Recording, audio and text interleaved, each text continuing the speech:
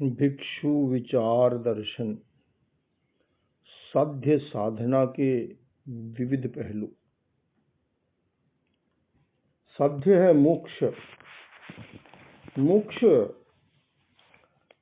जहाँ शरीर नहीं है, मन नहीं है, वाणी नहीं है, इंद्रियां नहीं है, जहाँ कोई वार्तालाप नहीं है, जहाँ कोई छोटा बड़ा नहीं है, जहाँ कोई रोग नहीं है, दुख नहीं है, चिंता नहीं है, तनाव नहीं है, जहाँ हर्ष और शोक भी नहीं है, मान और अपमान भी नहीं है।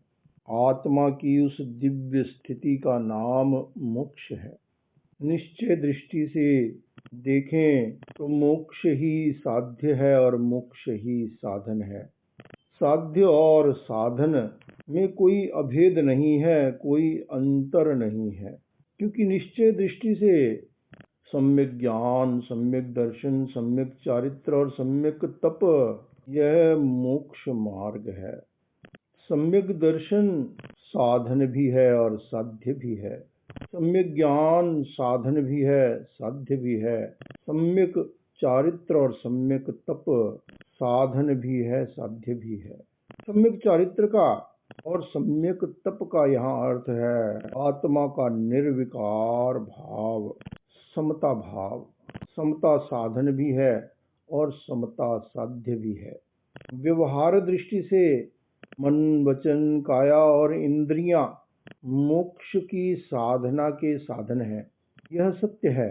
परंतु मन, वचन, काया और इंद्रियां बंधन के साधन भी हैं। तात्विक दृष्टि से हम कहें तो संबर और निर्जरा, संयम और तप साध्य भी है, साधना भी है और साधन भी है।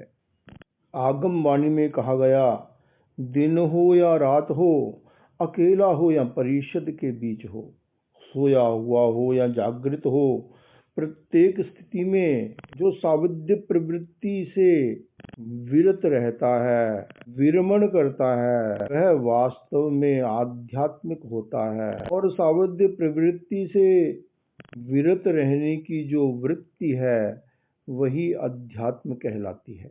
मोक्ष मार्ग महान लोगों का मार्ग है, महान बनने का मार्ग है, अपने भीतर की दिव्यता को जागृत करने का मार्ग है। यहाँ छल कपट के लिए कोई स्थान नहीं है, माया के लिए, असत्य के लिए कोई स्थान नहीं है। जो ऋजु है वही अध्यात्म के मार्ग पर आगे बढ़ सकता है। जहाँ ऋजुता नहीं होती, वहाँ व्यक्ति बाह्य व्यवहार में अच्छा आचरण करता है, परंतु एकांत में पापों से विरत नहीं होता है।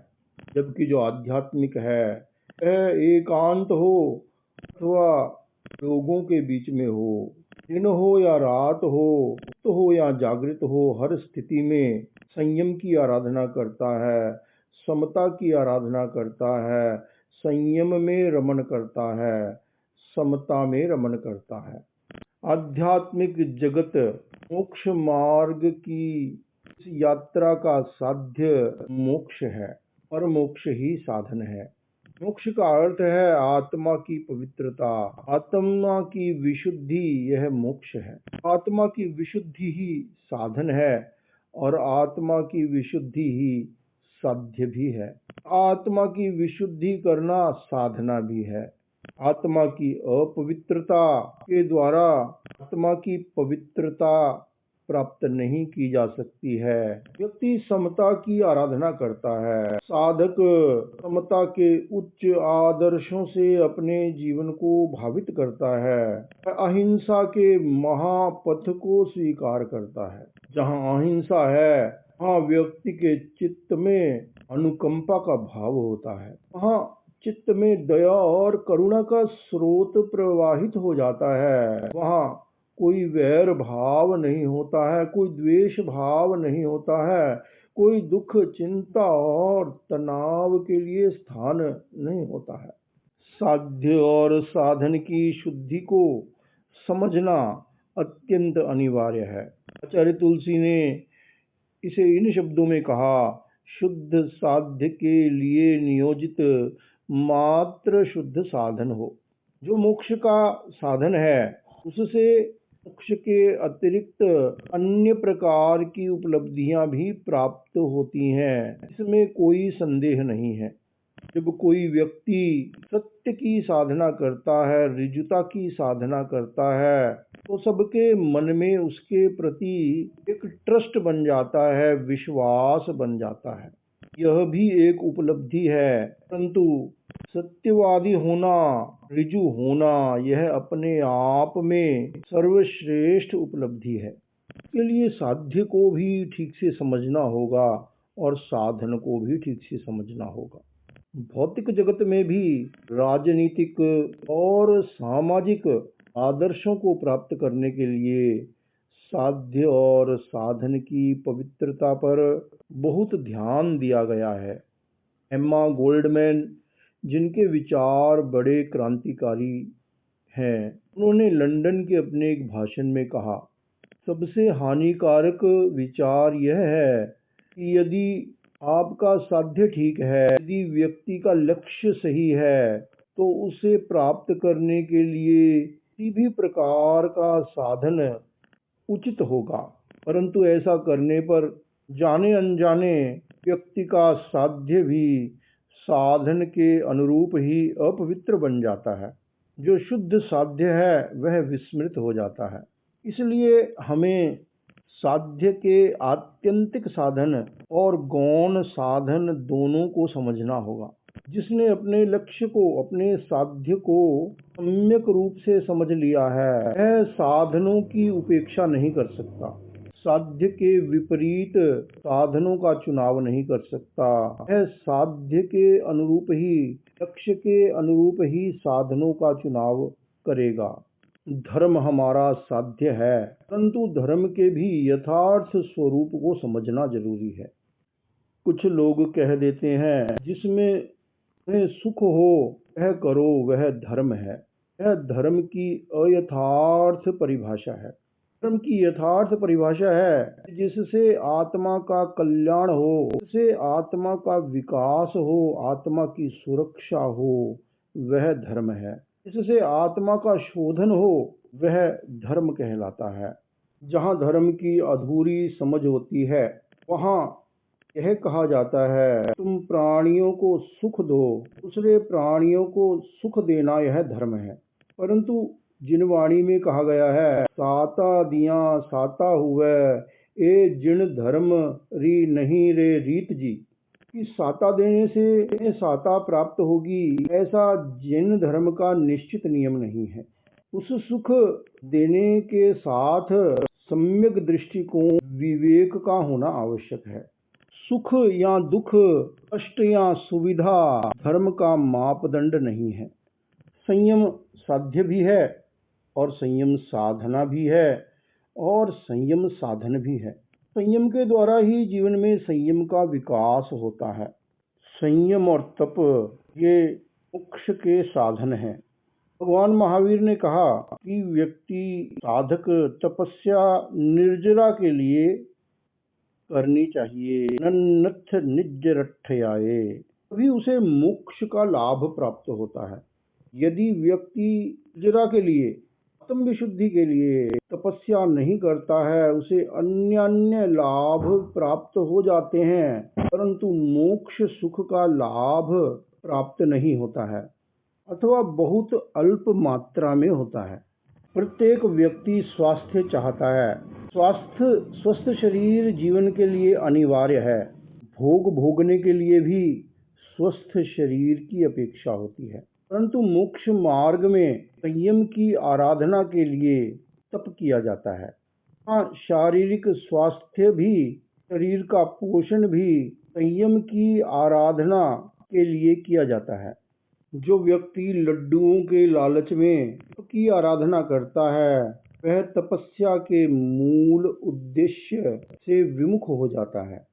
संयम और तप की आराधना का मूल उद्देश्य है जीवन में वैराग्य का विकास हो, राग द्वेष का विलय हो, जीवन में समता का विकास हो, वरना व्यक्ति वर्षों तक तपस्या करता रहता है, परंतु जीवन में शांति और पवित्रता का विकास नहीं होता है। तृष्णा बढ़ती ही रहती है, इंद्रियों का निग्रह नहीं होता है, मन का निग्रह नहीं होता है। इस प्रकार की तपस्या का भी किंचित लाभ होता है, बात को अस्वीकार नहीं किया जा सकता है, परंतु यह मोक्ष साध्य के अनुरूप नहीं है। जहाँ लक्ष्य प्राप्ति के साधन लक्ष्य के अनुरूप नहीं होते हैं, वे अक्सर साध्य से विमुख दिशा में ले जाते हैं, नई समस्याएं और कठिनाइयां उत्पन्न हो जाती हैं। देवगुरु धर्म की उपासना यह हमारा साध्य है, परंतु देवगुरु धर्म की उपासना का साधन संयम है, अहिंसा है, तप है।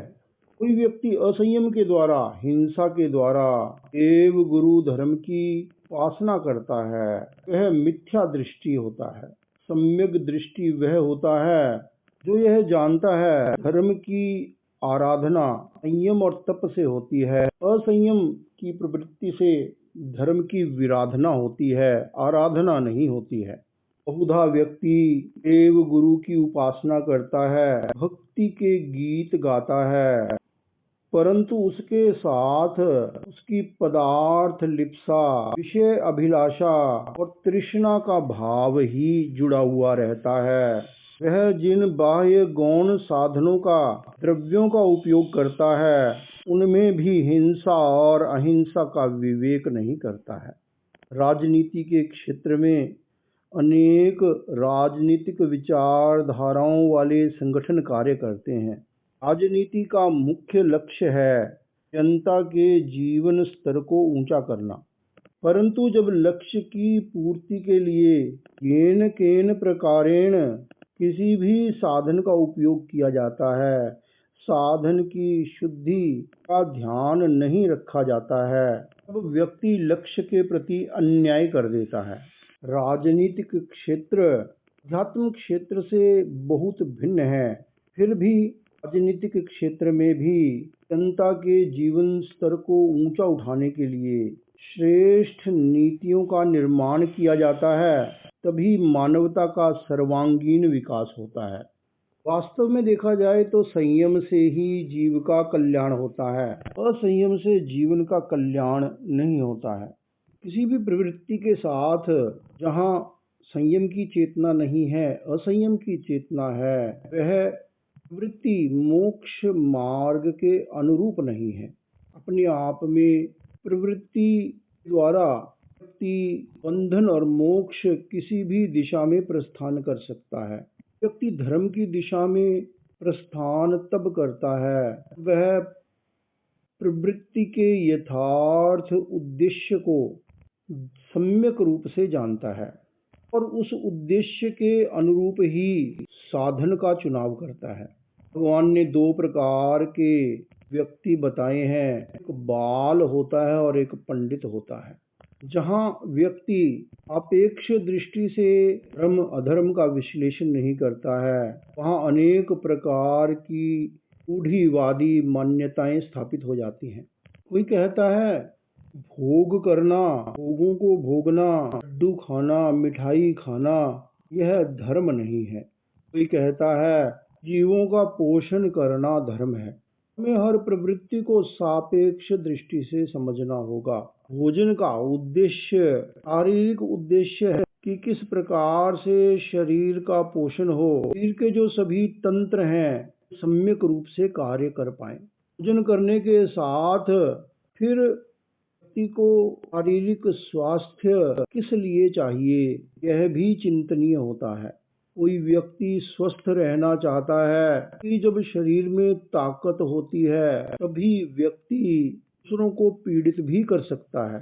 कोई व्यक्ति शरीर का पोषण करता है न्याय करने के लिए, कोई व्यक्ति शरीर को पुष्ट करता है अन्याय को रोकने के लिए, कोई व्यक्ति शरीर का पोषण करता है कर्तव्य के निर्वहन के लिए और कोई व्यक्ति शरीर का पोषण करता है जिससे से अधिक विषय भोगों का सेवन कर सके। कोई व्यक्ति योग के लिए शरीर को पुष्ट करता है, कोई व्यक्ति भोग के लिए शरीर को पुष्ट करता है। भोजन मात्र शरीर को ऊर्जा देने का एक साधन है, शरीर को पोषण देने का साधन है। जहाँ ये विवेक जागृत हो जाता है, हाँ, भक्ष्य अभक्ष्य का विवेक भी जागृत हो जाता है, आवश्यक और अनावश्यक हिंसा का विवेक भी जागृत हो जाता है। जहाँ जीव रक्षा और जीवों को पोषण देना लक्ष्य होता है, वहाँ भी कुछ नियम और मर्यादाएं बनानी जरूरी होती हैं। मोक्ष मार्ग में तो जीव रक्षा और जीवों का पोषण गौण है, वहाँ प्रमुख है आत्मा की रक्षा करना, आत्म रक्षा करना, आत्मा का विकास करना, आत्मा का संरक्षण करना। आत्मा की रक्षा तो तभी होती है जब जीव के भीतर अहिंसा की चेतना का जागरण होता है, जब जीव में वैराग्य का भाव पुष्ट होता है, जब जीवन में नियम और समता की चेतना का जागरण होता है। मोक्ष मार्ग का हार्द है कि दया, अहिंसा, अनुकंपा की चेतना का जागरण हो। मोक्ष मार्ग का साधक आत्मानुकंपी होता है। जो आत्मानुकंपी होता है वह निश्चित रूप से परानुकंपी भी होता है और उभयानुकंपी भी होता है। वह परानुकंपा के लिए आत्मानुकंपा की मर्यादा को भंग नहीं करता है, अथवा उसे भंग करना वह धर्म नहीं मानता है। जैन दर्शन के अनुसार मूली में अनंत जीव होते हैं, वह अनंत काय वनस्पति है। एक व्यक्ति मूली खा रहा है, दूसरे व्यक्ति के मन में उस मूली के जीवों के प्रति दया, करुणा, अनुकंपा का भाव उत्पन्न हुआ। उसने बल प्रयोग किया और जो मूली खा रहा था उसके हाथ से वह मूली छीन ली। दया, अहिंसा, अनुकंपा का मूल हार्द है अपने आप को हिंसा से बचाना, अपने आप को असंयत प्रवृत्ति से बचाना, अपने आप को नियम में प्रवृत्त करना। वह जो यथार्थ धर्म का स्वरूप है वह धूमिल हो जाता है। अहिंसक वह होता है जो अहिंसा का पालन करता है, और हिंसक वह होता है जो हिंसा करता है। बलात् किसी को हिंसक या अहिंसक नहीं बनाया जा सकता है, अथवा यूं कहें, बलात् किसी को हिंसा के द्वारा किसी को धर्म की दिशा में प्रवृत्त करना धार्मिकता नहीं है। कोई व्यक्ति समझता है काम भोगों का संयम करना चाहिए, तप करना चाहिए, ऐसा जानकर है बलात् किसी के भोगों का विच्छेद कर देता है, यह धर्म का मार्ग नहीं है। इसके अन्य लाभ हो सकते हैं, परंतु जो व्यक्ति हिंसा का आचरण कर रहा है उसकी वह प्रवृत्ति धार्मिक प्रवृत्ति नहीं है। जिसके मन में दया, अनुकंपा, करुणा का भाव जागृत हुआ है, उसके लिए साधन यही है कि वह बिना किसी आवेश के शांति और समता के साथ स्वयं अनुशासन में रहता हुआ अनुशासन की स्थापना करे, अथवा प्रेरणा या उपदेश दे। धैर्य के साथ वह प्रयास करे कि सामने वाले का भी हृदय परिवर्तन हो जाए। यह मोक्ष मार्ग की बात है। परंतु जहाँ सामुदायिक जीवन है, गृहस्थ जीवन है, वहाँ भी किसी कार्य से वृत्त करना, किसी कार्य से रोकना अनिवार्य हो सकता है, परंतु के साथ अपने मन में, अपने व्यवहार में दया, अनुकंपा, करुणा का भाव बना रहे, यह अपेक्षित होता है। बलात् किसी को नहीं रोकना चाहिए, इसका तात्पर्य यही है कि व्यक्ति को अधीर नहीं होना चाहिए। जब व्यक्ति अधीर हो जाता है तो व्यक्ति अपने धैर्य को खो देता है, तब वह क्रूरता का व्यवहार भी कर देता है। आत्मवादी का साध्य है मोक्ष, आत्मा का पूर्ण विकास करना, सम्यक दर्शन, सम्यक ज्ञान, सम्यक चारित्र, यह मोक्ष मार्ग है। मोक्ष मार्ग का प्राथमिक स्तर है ज्ञान से ज्ञान की दिशा में प्रस्थान करना, मिथ्यात्व से सम्यक दर्शन की दिशा में प्रस्थान करना, असंयम से संयम की दिशा में प्रस्थान करना। समाज, परिवार और राष्ट्र की न्याय व्यवस्था में संगठन की न्याय व्यवस्था में दंड का भी प्रावधान होता है। के द्वारा भी दंड के भय से भी सुव्यवस्था का निर्माण किया जाता है और कभी पुरस्कार के द्वारा भी प्रेरित किया जाता है। परंतु दंड और पुरस्कार दोनों ही स्थितियों में साधनों का विवेक होना भी जरूरी है और अपनी मन स्थिति का विवेक होना भी जरूरी है। दंड और पुरस्कार की स्थिति में भी अपना सम्यक दर्शन, अपनी संयम की चेतना, अपनी ज्ञान चेतना का ध्यान रखना भी जरूरी होता है। भौतिक जगत में जीव रक्षा करना अथवा जीवों का पोषण करना प्राथमिक साध्य होता है, परंतु भौतिक जगत में भी अपराध वृत्ति के द्वारा अथवा अनैतिक तरीके से जीव रक्षा करना अथवा जीवों को पोषण देना मान्य नहीं होता है।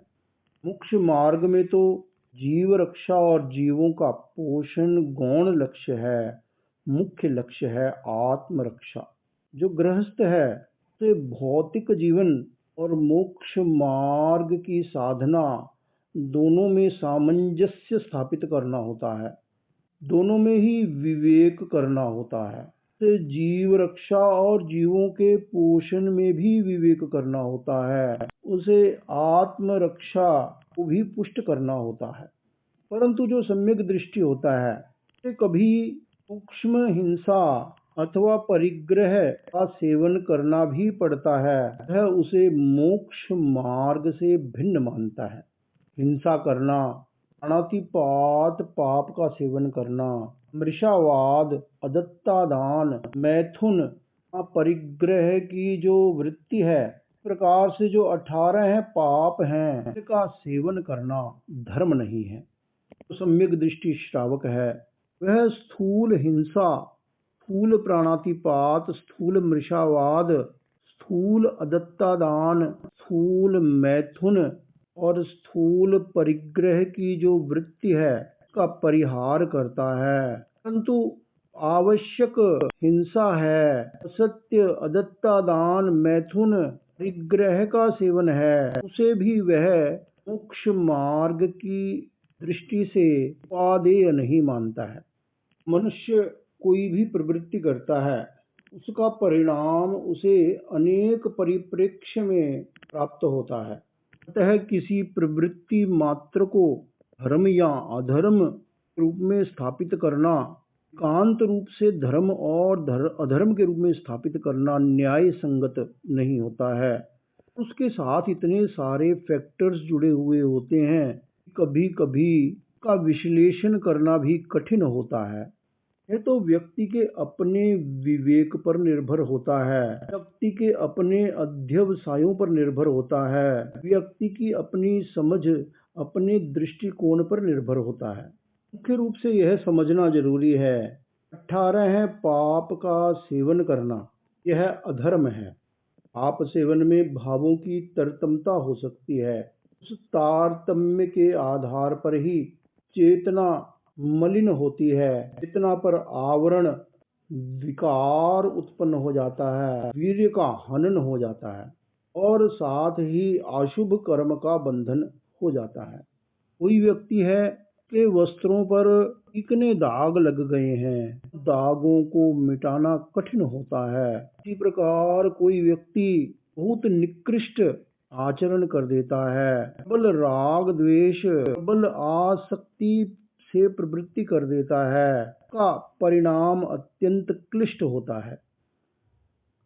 कोई दूसरा साधक है जिसके राग द्वेष प्रतनु है, जिसका मोह प्रतनु है, वह जब राग द्वेष की प्रवृत्ति करता है कि चेतना में अल्प मालिन्य उत्पन्न होता है, आवरण भी हल्का होता है, विकार भी हल्का होता है, वीर्य का हनन भी अधिक नहीं होता है, अशुभ कर्म का बंधन भी अधिक नहीं होता है, किंतु वह बंधन तो बंधन ही कहलाता है। जैसे किसी व्यक्ति के वस्त्रों पर ये हल्के दाग लग जाते हैं, दाग तो दाग ही कहलाते हैं। यह अवश्य है कि उन दागों को आसानी से धोया जा सकता है।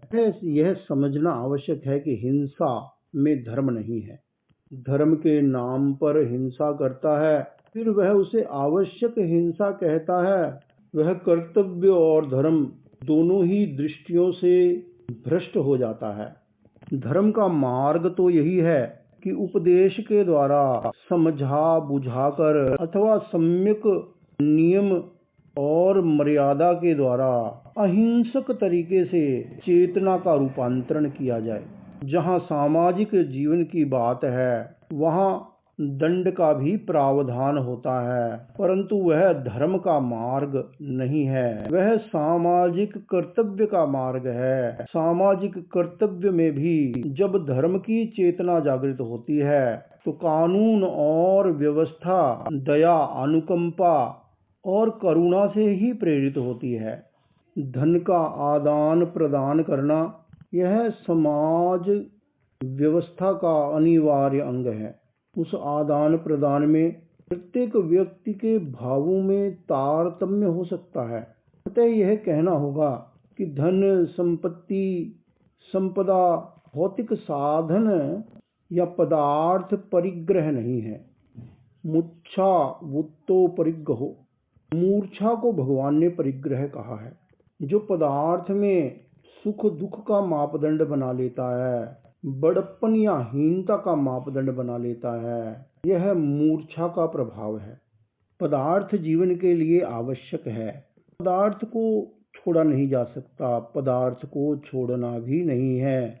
पदार्थ राग द्वेष का साधन नहीं है, पदार्थ मुक्ति का भी साधन नहीं है। अथवा यूं कहें, पदार्थ राग द्वेष का साधन भी बन सकता है और मुक्ति का साधन भी बन सकता है। यह शरीर भी तो एक पदार्थ है। सापेक्ष दृष्टि से ही हमें धर्म अधर्म, कर्तव्य अकर्तव्य का विश्लेषण करना होगा। आचार्य भिक्षु एक उदाहरण देते हैं। दोए वेश्या कसाई वाड़े गई, करता देखा हो जीवारो संहार, दोनों जण्या मतो करी, मरता राख्या हो जीव 1000। एक कण गहणो देई आपणो, तिन छोड़ाया हो जीव 1000। दूजी छोड़ाया इन विधे, एका दोया हो, चौथो आश्रव सेवा। दो वेश्याएं कसाई खाने में गई। जीवों का संहार होते देख उनका मन अनुकंपा से भर गया। दोनों ने 2000 जीवों को बचाने का संकल्प किया। एक ने अपने आभूषण दिए और जीवों की रक्षा की, दूसरी ने अनाचार का सेवन किया और जीवों की रक्षा की। यहाँ इस प्रसंग में जीव रक्षा तो घटित हुई ही है, परंतु धर्म नहीं हुआ।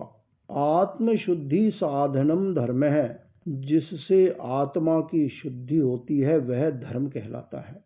प्रलोभन और भय जीव रक्षा का साधन तो हो सकते हैं, परंतु आत्म रक्षा का साधन नहीं बन सकते हैं। अर्थात जो व्यक्ति प्रलोभन और भय का आश्रय ले रहा है वह धर्म मार्ग पर स्थित नहीं है। प्रलोभन और भय के द्वारा कभी दूसरे व्यक्ति की चेतना में रूपांतरण हो जाए वह अलग बात है, परंतु जो प्रलोभन और भय का आश्रय ले रहा है वह भय और प्रलोभन की प्रवृत्ति धर्म मार्ग के अंतर्गत नहीं आती है।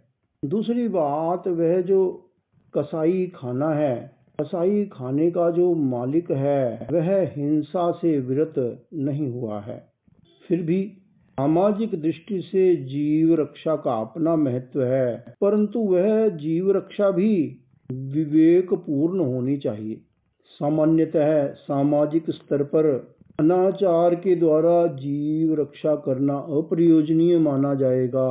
आभूषण या धन देकर जीव रक्षा करना प्रयोजनीय होगा, परंतु मोक्ष मार्ग के स्तर पर आभूषणों के प्रलोभन से भी जो जीवों की रक्षा की गई है, जीव रक्षा तो हो गई परंतु धर्म नहीं हुआ है।